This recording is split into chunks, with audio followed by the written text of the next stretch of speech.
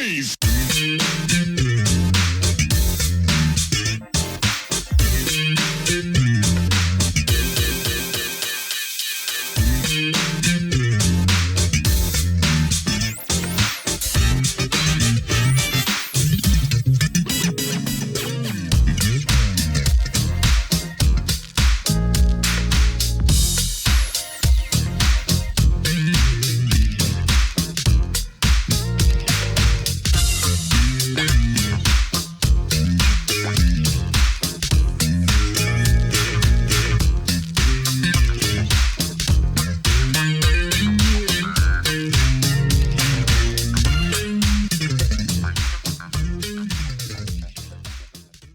Hello and welcome to another edition of Truth and Rhythm.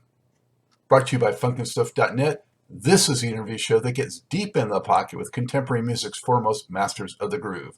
I am your host, Scott Dr. Geils Band, musicologist, creative arts journalist, and multimedia pro. Whether you're watching the video version of this show or the audio-only podcast version, I thank you so much for your continued interest and support in this show. If you enjoy this programming, there are several ways to help support Truth and Rhythm, as well as contribute to further enhancements and expansion, plus get some sweet perks and rewards in the process. First, subscribe to the Funk and Stuff channel on YouTube, which is where Truth and Rhythm lives, and be an advocate by spreading the word among fellow funk, jazz, and R&B music lovers. Second, join Truth and Rhythm's new membership program through Patreon, which features 3 tiers for truth believers, truth seekers, and truth crusaders. You can also submit a direct donation to the cause anytime at funkandstuff.net. At that site, which is loaded with awesome content, you can also purchase the book Everything's on the One, The First Guide of Funk. Shop for official Truth and Rhythm and Funk and Stuff merchandise, and use the Amazon links for all of your online purchases, which allocates a percentage to this show. Sponsorship opportunities are available as well. Contact me directly at scottg@funkandstuff.net. For those of you who go the extra step in supporting the show, you have my heartfelt gratitude for allowing us to continue to shine the light on those special artists whose quest is to find truth in rhythm. I'm delighted to welcome to the Truth and Rhythm Mothership R&B, funk, and pop vocalist and composer Tawatha Agee. Hi, how are you? Hey, good to see you. I'm going to talk a little bit about your amazing credits. Okay. Yeah, well deserved. Here we go. First establishing herself in the late 1970s with the band Mtume, she would go on to work with James Mtume and Ray J. Lucas, produced acts like Stephanie Mills and Phyllis Hyman, before blazing her own trail as one of the music industry's most in-demand session singers.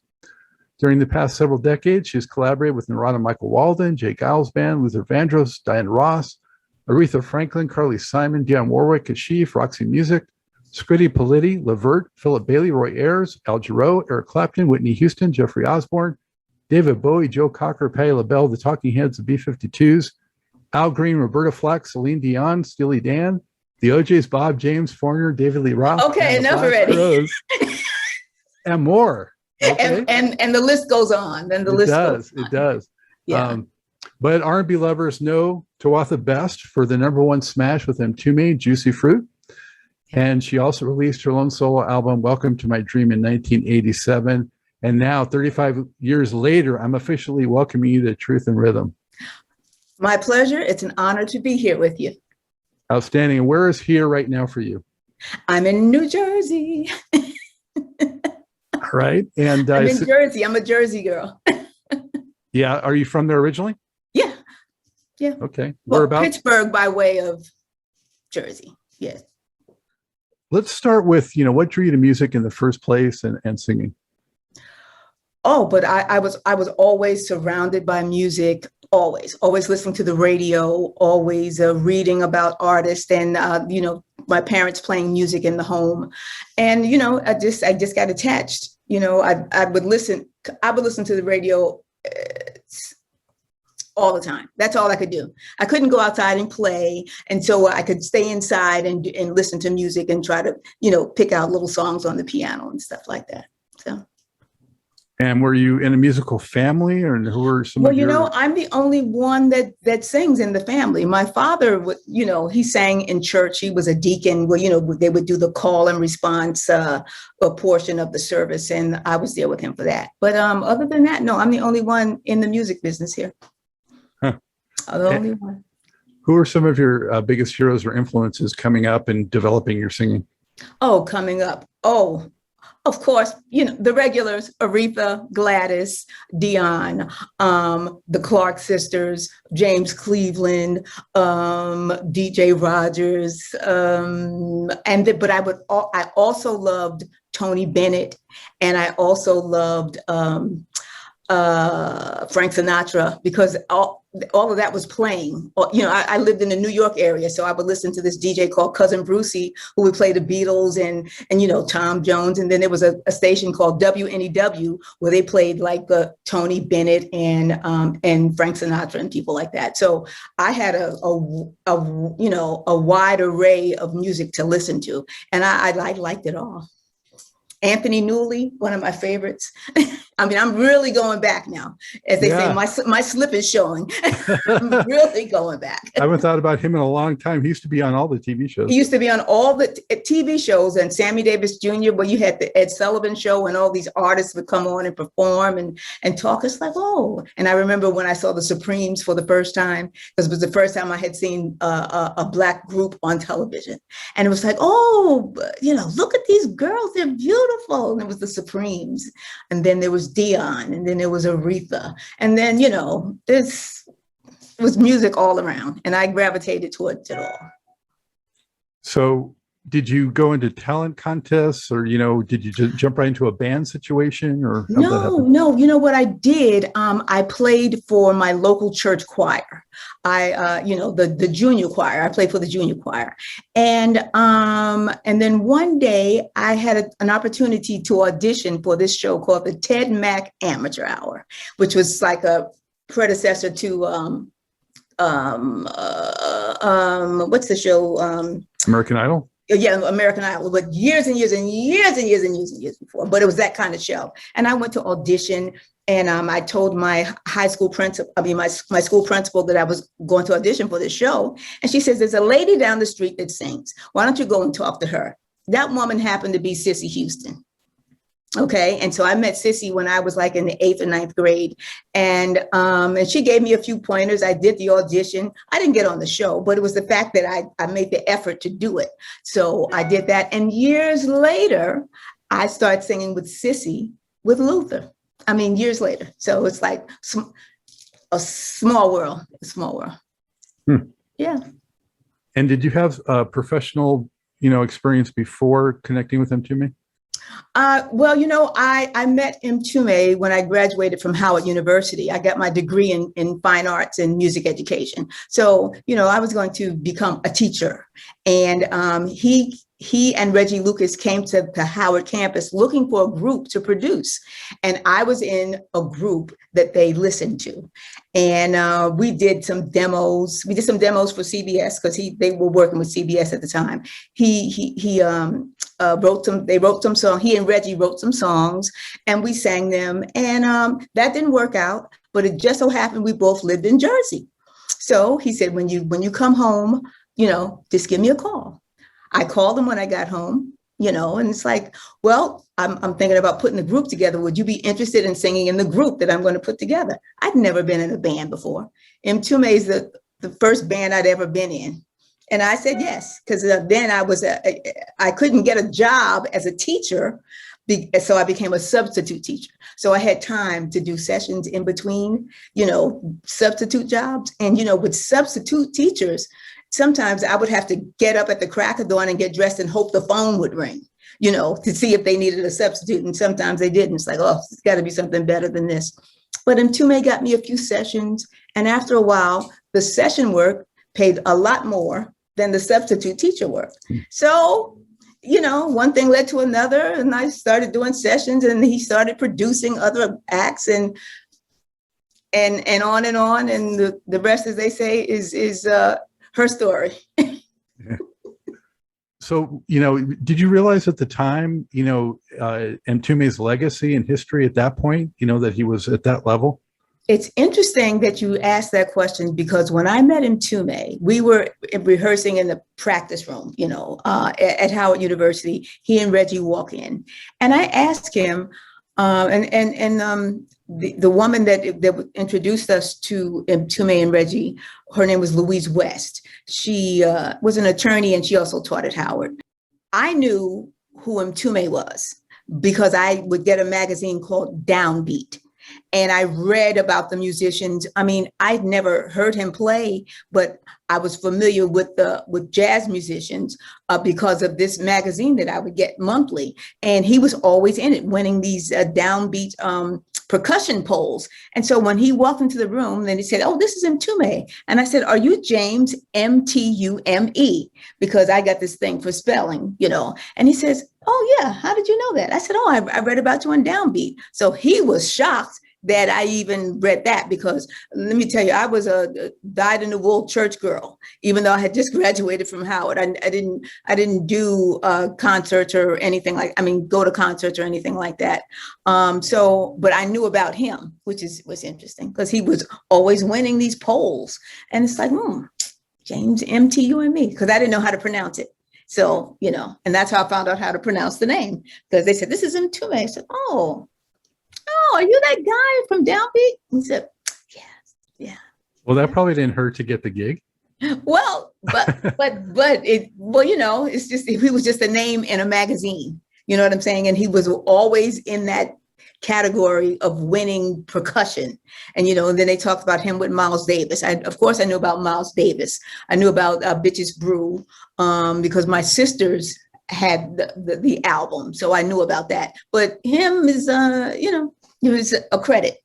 And I would always read credits on albums. And I always said one day I would see my name on album credits.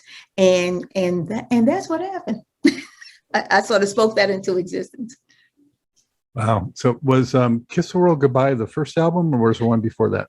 No, Kiss This World Goodbye was the first. That was the album with the animated picture of Mtume on it. That was a beautiful, beautiful cover.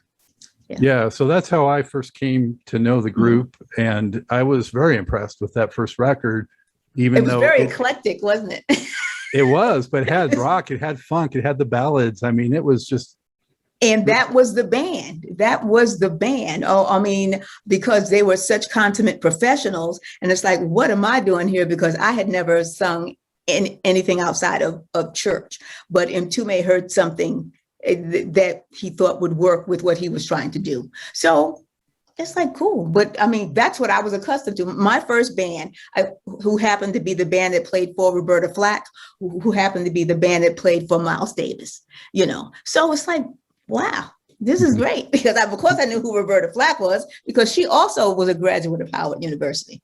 So it was like, oh, this is cool. This is cool. We'll see how this works. What was it like for you first going into a studio? Were you kind of, shy or reluctant? Did you have to get pushed? I had never been in a studio before.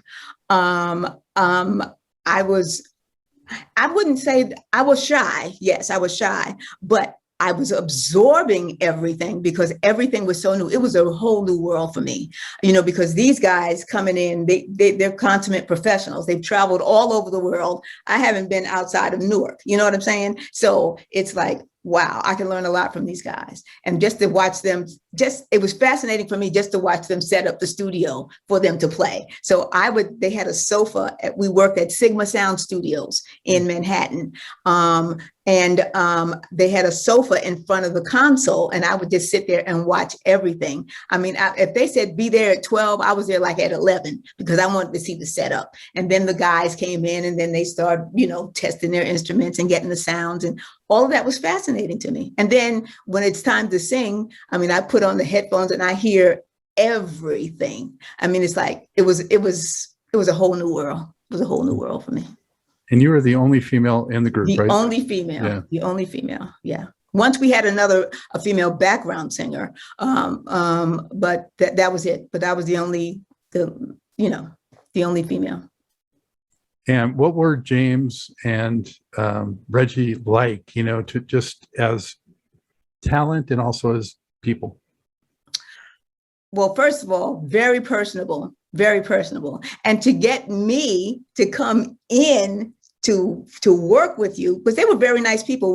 When we were doing the demos, Mtume was really into the voices, really, really. He was really into the female voice. And so he sort of knew what to ask for without being a singer himself. He knew what he wanted to hear. And so all he had to do was tell me, well, how about this? How would you sing it if it was this way or that way? And then we tried different things, and we eventually got into a rhythm, which worked over the years. So he was totally cool, and so was Reggie. But Reggie was more the instrumentalist. So Reggie would have the chords, and then Mtume would put the melody on top of it, and then he'd have us sing it. And so, and that's how it went. And in this group was Angela Winbush, who was a classmate of mine, Richard Smallwood, who is a very famous psalmist now, and also Shelton Beckton, who it was the music director for Audra McDonald, Broadway star, and Yvette Ricks, who was an amazing pianist. She was a piano major, and everything she played, she as soon as she played it, it was memorized. And she thought that everybody was like that. It's like, no, we have to practice. She was brilliant. She was brilliant. But that was the group. So our level of musicianship was high, but it wasn't the professional thing that Reggie and Mtume had. But it was pretty exciting at the time for somebody just graduating from school, not knowing, which way she was going to go, Yeah, absolutely. So it was like, woo, yeah. You want to sing with us? Sure. Yeah, I like that. See what happens. Did the group go out and perform it all based on just the first record, or did you wait for a couple of records? Well, we did a couple of gigs, but back then, after Kiss This World Goodbye, most people thought that Mtume was the jazz artist, but he was trying to do the go into more of the R&B thing. So sometimes I remember we were at Swarthmore College, I believe it was, and they expected Mtume the jazz performer, but what they got was a band in full regalia with costumes, headdress, funk, jazz, R&B. They got a gumbo soup of music. So that I distinctly remember. So it took a while for people to realize that he was going into another genre. Even though he had the jazz background, he was going into R&B, and he was writing ballads. And, he had written something for Roberta, he and Reggie, The Closer I Get to You. So, then after that, they started accepting him more and more as an R&B writer / producer.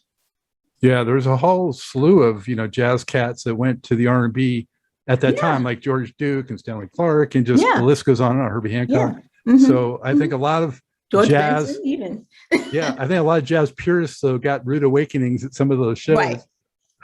Exactly. Because there were purists, some people like, oh, you're playing electric. It's like, whoa, okay. Acoustic is fine, but we got to go with the flow. We're trying to do something new. So everything, well, of course, everything was electric, but Mtume's background, his father was the Heath brothers. And so that's the ultimate like jazz band ensemble. And, his uncle, who was very erudite, played the bass, and it's like, the upright bass. So it's like, he couldn't get with the electric stuff at all. But, hey, that's how it is. How did you take to performing? How did you take to the stage? Let me tell you, Mtume is the kind that just like, you just go out there and do it. It's not like today where you have like choreography and and dancers and singers and flying trapeze and stuff like that. We just went out there and did it. The music came first and foremost, and he said that the show would come around the music, and that's what happened. Because the funkier it got, the people got into it, and then we started doing little things, and we grew as a band. we grew as a band. It wasn't like it was going to be like this. It was going to be A, B, and C, but it turned into X, Y, and Z and beyond. Because every night, because they were jazz oriented, every night we knew we had the opening song, we had the opening number, and it would always start with the opening number, the opening groove, which turned into something different every single night. So I'm accustomed to not doing the same thing every night. So when it's time for me to start working with other artists, doing gigs with other artists, it's like, why are you doing the same thing every night? Why is everybody playing the same solo? I mean, I didn't understand that, but that was the gig. But Mtume's, the Mtume band was so improvisational until that's what I was accustomed to. So it's like, and the only other time I found that was when I worked with the Dave Mathews Band.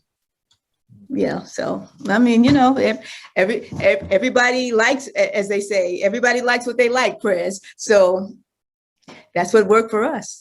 It was never nothing uniform, no choreography, just do what you feel. You feel the music, and then that would bring the audience in. And that's what always happened.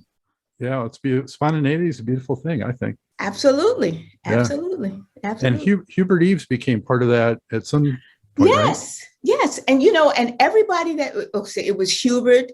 In one photo, there's Hubert, there's Howard King, there's Tree, Edward Tree Moore, Reggie Mtume, and myself. That's one group. Every time Mtume changed his style a little bit, he changed personnel. So you would see different people on the covers. The only constant was Mtume and myself. Yeah. And then after a while, it was Raymond Jackson. It was Philip Field. It constantly changed, but as it changed, it got funkier. If that's possible, that's what happened. It just got funkier as it changed, because Mtume always said, Miles said, when you change the music, you got to change the band. So that's what he did, because he loved Miles. He loved Miles. Yeah. Did the band members take kindly to that in general? I mean, was it? Oh, sure, because everybody was doing something else. It's not like Mtume was the main job. It was like my main job, but everybody else, they were so used to working with other people, and like Hubert did D-Train, and Howard King was producing, and who else?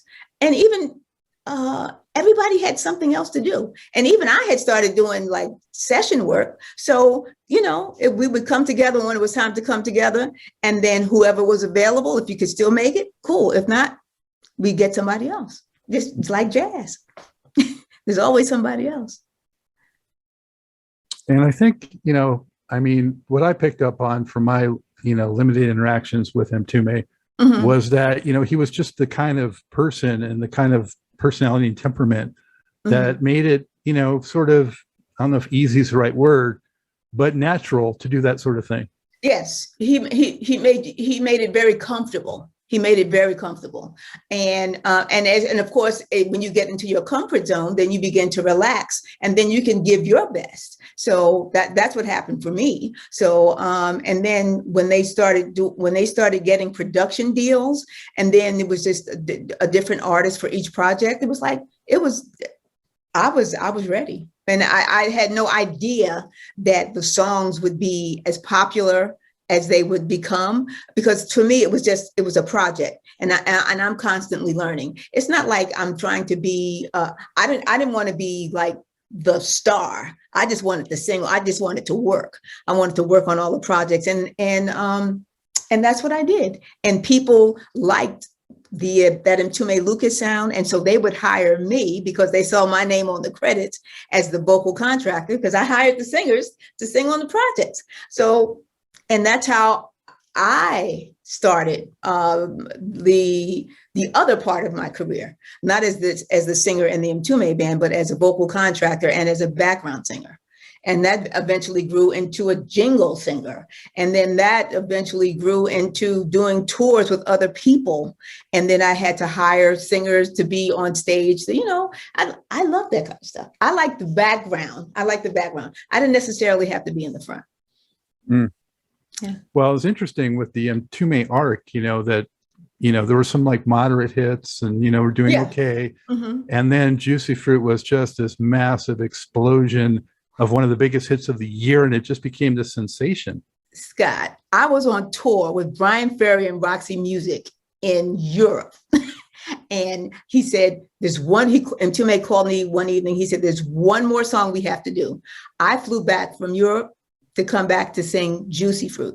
And it's like, okay. Then I go back. It's like, then he would tell me how it was doing because that was the first single, because the record company didn't want that as the first single because it was too slow. It wasn't the same beat as the everything else was. And it's like, they didn't want that song to be the single at all, but Mtume believed in that song.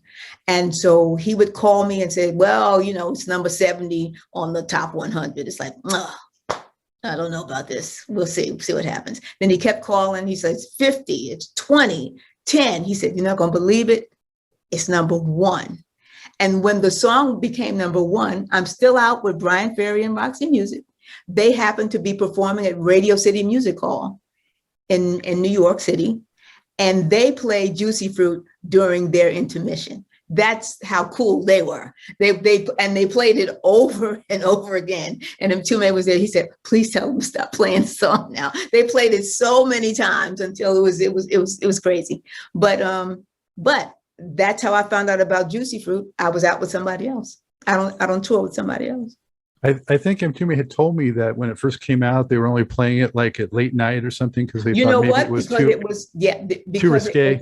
It was too risque. But people called in, the audience called in and said that we want to hear this song.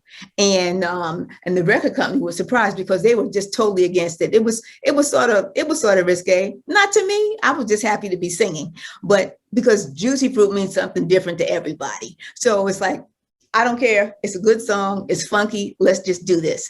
And so the record company didn't like it, but the people wanted to hear this song. And then they started playing it during the daytime. And then it was the number 1 song for 8 weeks. For 8 weeks. It was like the most amazing thing I had ever seen.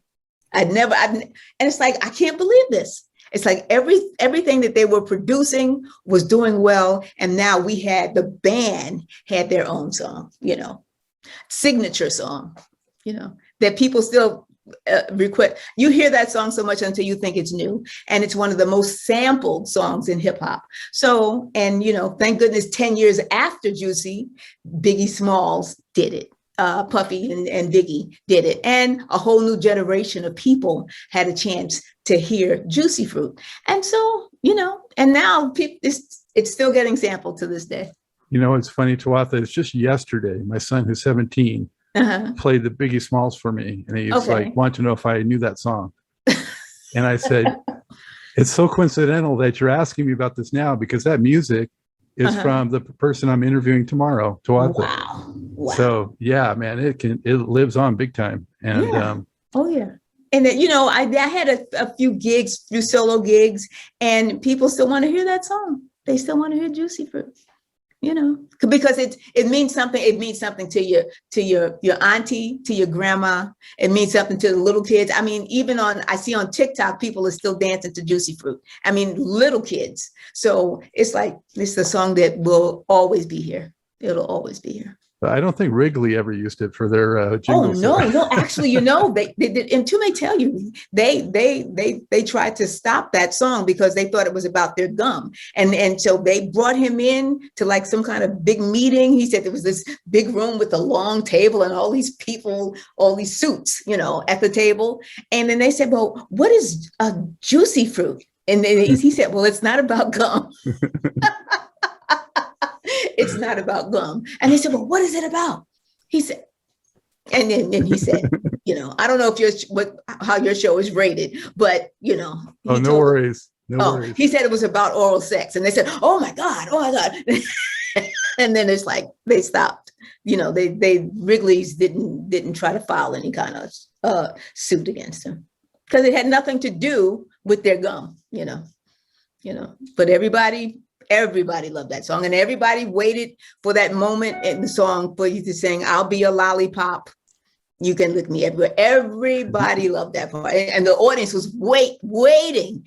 I'll be your lollipop. And I would, put the mic out to the audience and everybody, you can make me. That's what they would wait for. That's what they would wait for all the time. I saw the band on the Funk Fest at Long Beach Arena, right around that time, if you remember any of those shows. And yeah. Yep. And great show. I mean, you guys were so good and so tight. I wished it was a longer set, but it was within the Funk Fest format. Right. Well, those things, you get a limited amount of time because they're trying to put as many acts on as they possibly can because, you got to fill the house, You guys did that hip dip, skip the beat. And I love the presentation of that with the shadow dancing. And yes. That was so cool. Too cool to move my feet. That was serious funk right there. Oh, yeah. I mean, we were very creative. We were very limited budget, but very creative. Yes. And we were the best dressed band ever.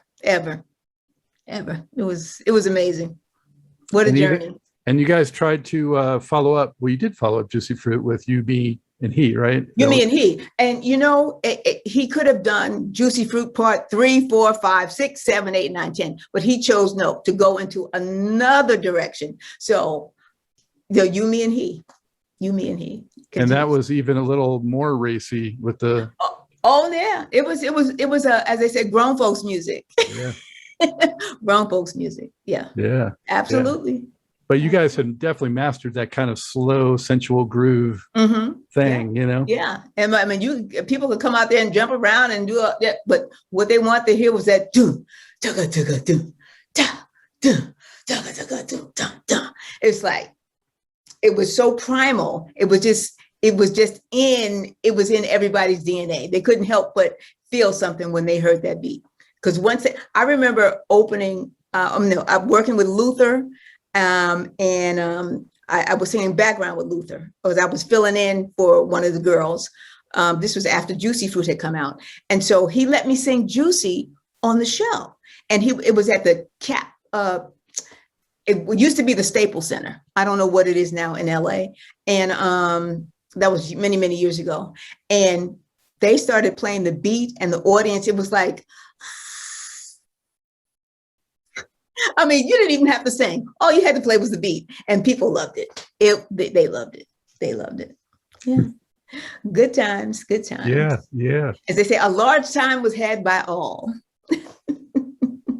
Wow. Do you have a couple of memories you might share with viewers about touring with Mtume on any of those funk fests or those arena shows, or just a couple of maybe real memorable experiences? Okay, there was one. But this was one time the promoter skipped out and the audience was angry.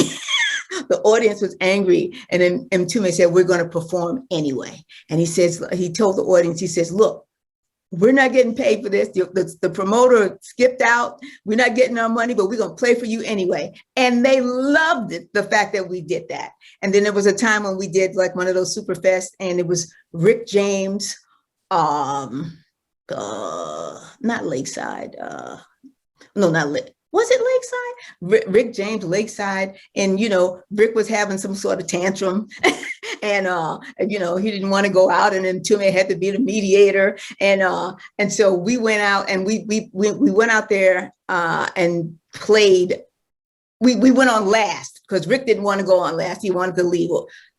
Something crazy, who knows? And we were out there, and the people stayed, and they all lit their, the lighters. And when we came out, all you saw was the lighters in the audience, and that was beautiful because they waited for us because what we do was real. There was no theatrics. It was just raw funk. And I remember I saw something on your YouTube channel where there was a guy there from Commodores. We opened for the Commodores once, way back in the day, and their Lionel's Richie's the stylist for the band would say, why do you guys dress so well? Because it's like, you're the opening act. You're not supposed to look this good, but we had that thing. Clean. Yeah, we had that thing. Wow. Who were a couple of bands from back then that just blew your socks off in terms of their musicianship and their presentation?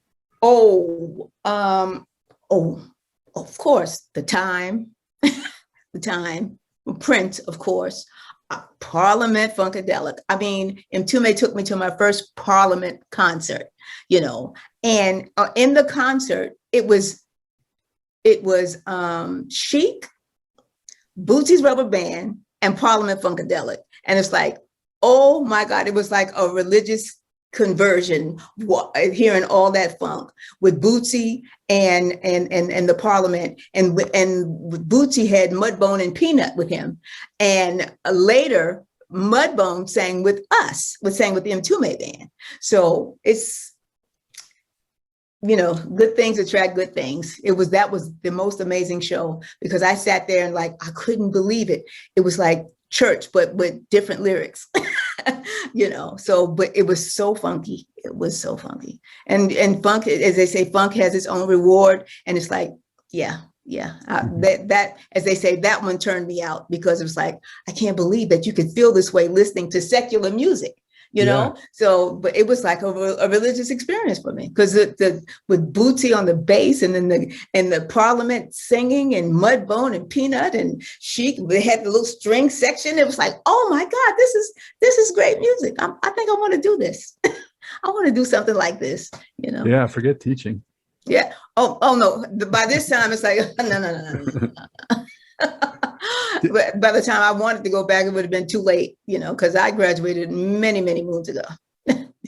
Didn't Bootsy also appear or work on an Mtume album, like in the Yes, mid-80s? he did. Bootsy played on, because we were working in oh my God, some city. What was it? I want to say East Orange, working in East Orange, and Mtume wanted Bootsy to play on the album. And Bootsy said, well, the boot don't fly. Bootsy did not fly, but Bootsy had a bus. He had that almost crash experience on the plane. Yes. Yeah. Yes. And so he said, the boot don't fly. And so we got Bootsy up here, and Bootsy played on a song that I did called I'd Rather Be With You. I'd Rather Be With You. And that was one of the songs off of Bootsy's album. So we redid it for me. And it was gorgeous. But Bootsy was so much fun, because he was always in character. He was always in character, always. Lovely, lovely man. Lovely man. Yeah, great tune also. That one. Yes, yes. And then, Beyonce did that song too. So it's like, okay, that's a good one. But it's a good one. That's another one that's real down tempo, but still has some funk. Oh, absolutely, absolutely. It's bubbling under the surface. It's bubbling under the surface. And if you got any funk in you, you'll feel it. If you don't have anything, it's like, but you feel it. Yeah. Yeah. So I want to talk about some of the other stuff you did that I mentioned at the outset for sure. Before moving on, though, I do want to just sort of, in a way, kind of close a book on the Mtume part of your life. Okay. We lost him earlier this year. We were talking before we came on air. Right. I'm not sure how expected it was. It certainly was a shock to me. And what a huge loss. And I just want to take a moment to pay that tribute to him and respect to him.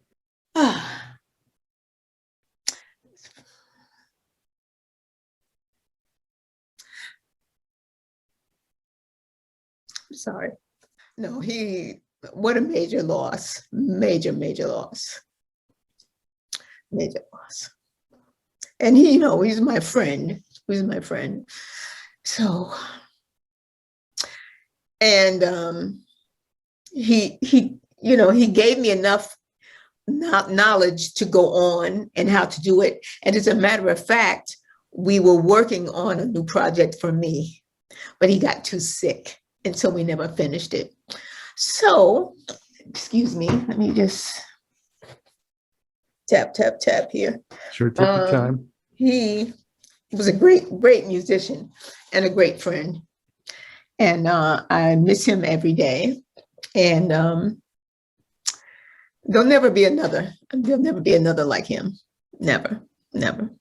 He was so in tune to the female voice, which is why he did so well with like Stephanie and Phyllis And it's just, I mean, hit after hit. He knew what worked, even if that's not what the crowd wanted. He knew what was going to work. If that's not what the suits wanted, he knew what was going to work. So he was a wonderful man, and he was a very generous man. He had a big heart, and he loved the music. He loved all kinds of music, and you could hear that in his in his compositions and in his speeches, and he did TED Talks, and he was a great speaker. He was a brilliant man, very brilliant, very brilliant. And I just wish we had more time to work on the music, because we were going to go to something different. And so right now, I had put everything on pause because, it's a little rough. But I will do a new project and dedicate it to him, because he put a lot into me. He saw this little girl from Howard, this little girl from Newark, who had potential and didn't even know what that was, but he saw it. As a matter of fact, he wrote something that I wanted to read, and I had put it on my website. He says, and this is it, and it's in his handwriting. He says, "Whatever I've accomplished in my sojourn of music, and that's been quite a bit, between jazz, R&B, and funk, the one thing that I'm most proud about is that I was able to be the vehicle that exposed you to the world, and the world embraced who you were, James Mtume." And that's what he wrote for me. So, I'll always love that man. He just introduced me to a whole new world that accepted me for what I could contribute. And I'll always love him for that. Always. And beyond the musical contributions and the person that you're talking about, he also stood up for important causes, and the way he, perpetuated music itself and music knowledge. Mm-hmm. There'll never be another like him, because he involved the music and the politics, and just did great music. And then the politics, and, it's just, and he just stood up for things that were right, and so he will be greatly missed. And I don't know who else does that. I don't know what other musician does that right through here. I don't know, because everybody's about the I thing. It's not about we. Mtume was more about we, we, the group, the band, not I, So we'll see what happens in the future with other groups, but we lost a great one when he passed away. Amen. Yeah, Yes. Just so grateful for what he left us with. And he left such a body of work, and he instilled in me. That's what's important. It's like the body of work that you leave. And I remember one day we were trying to get my website together, and it's like, oh my God, Mtume, look at all these. There's some people that I left out, and he would say, don't forget about such and such. And then I had to look online to see who I'd sung with. And it was like, oh my God, it's a lot of people. It's so many people. And you can't list everybody. So you try to list the names that people might notice. And so it's about your body of work. It's not about how many hits. For me, it's not about how many hits I had, because I'm a support singer. I'm a background singer. It's about all the people that I worked with and the experiences that I had with those people. And it's been great. I've had a wonderful career, and I'm continuing to have a wonderful career. So, but Mtume gave me that foundation, about how to deal with people and how to deal business-wise, because, when you sometimes with females, they think they could just, back in the day, they think they could just, tell you anything or pay you this and not try not to pay you at all. But he was a firm believer in getting your money, get what you are worth, and make them pay you what you're worth, And so it worked out for me. I followed the rules, and it worked out for me. And he would be proud. He was proud of that. Tawatha, before talking about some of that session work, do you remember any TV appearances with Mtume? Were there any special ones of those? You know what? I remember two. And one was the first time we were on Soul Train, the only time we were on Soul Train, in full regalia.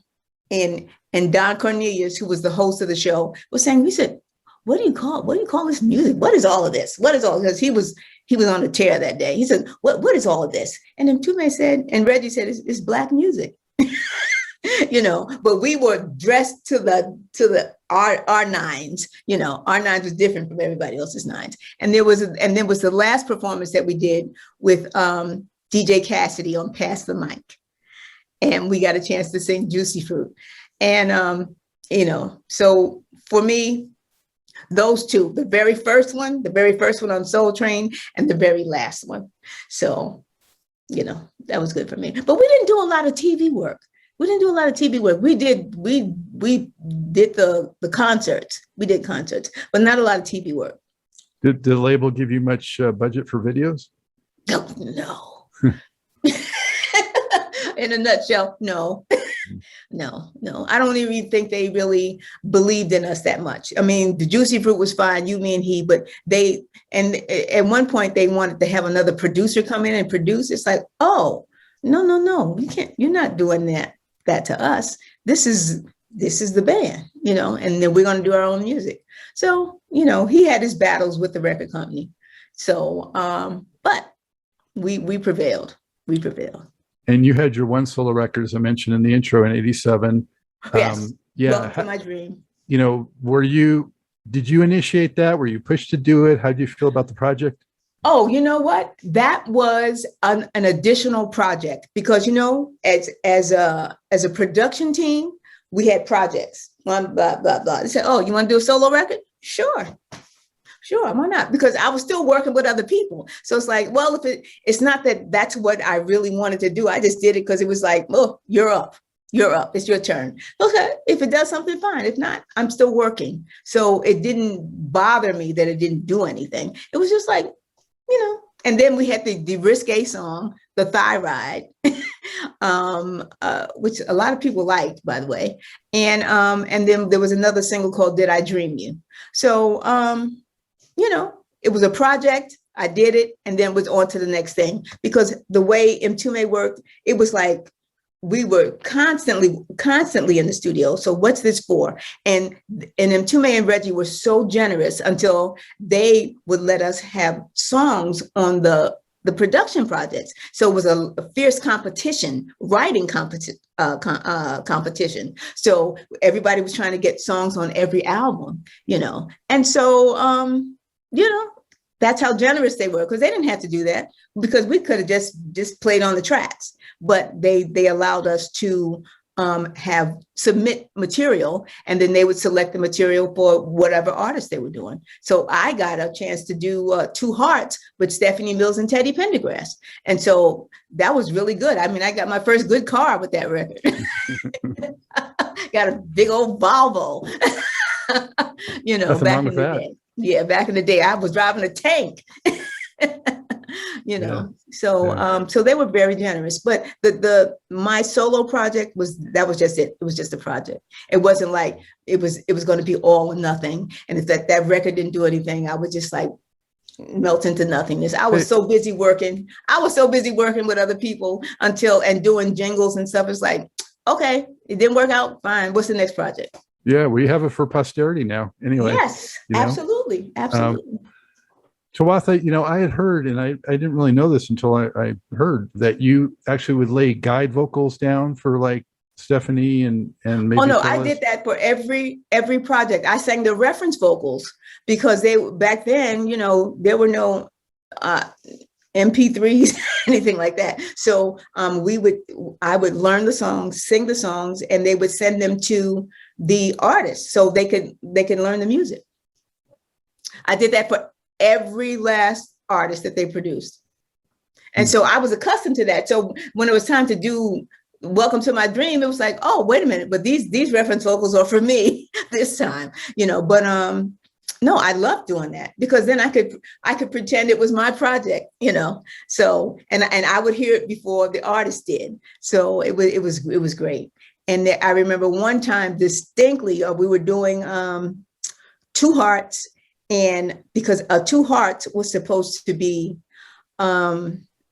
just just Stephanie singing, and then they decided, let's make this a duet. And who could we get to sing this duet with Stephanie? And then Teddy Pendergrass's name came up, so we had to do a reference vocal so Teddy and Stephanie could hear it. And so it was Stephanie and I singing Two Hearts. And, we're both very short women. And so you have these two little people with these great big voices singing this song and just wearing it out. And I cannot find that tape anywhere because it was like the best version of Two Hearts ever. So it was great. But that's what I did. I did the reference vocals, the guide vocals for every artist, every song. Wow. Yeah. Were you blown away at the chain of hits that were coming in? You know what? When I had to write about it, then I realized it's like, oh my God, every song did well. Every song was a hit. It was amazing. It was like, I can't believe this. I have a wonderful life. I'm really enjoying this. And it was something that I loved to do. So it's not like I had to go to work every day and I hate my job. Now, I love my job and I still love my job. So it was a good thing. It's a good thing. What were your two favorite Mtume songs besides Juicy Fruit? We did something on one of the earlier albums called Love Lock. It was more of an instrumental, and it sounded like a smooth jazz thing. We had a station here in New York called CD 101.9 where they would play like easy listening jazz stuff. That was one called Love Lock, and then there's another song called, oh my God, it was a song where let's see, there was a knock on the door and it said, who is it? It's Mtume. Those Mtume people. Oh, Dance Around My Navel or Tie Me Up or something like that. It was called Tie Me Up. And that was a very funky piece. Those are the songs that they played in the bars all the time, with the jukeboxes. It was really nice, really nice. So it wasn't the hits. It was the other songs that I liked because we would always get into a nice groove, and I like that. And then you had a chance to be really spontaneous and you just, dum dum dum dum dum dum dum dum dum. It tied me up. It was so funky. It was beautiful. And then there was a song called Dance Around My Navel. And it was just, we had crazy titles for all these songs. So it was just a joy to be in that band. It was just a joy.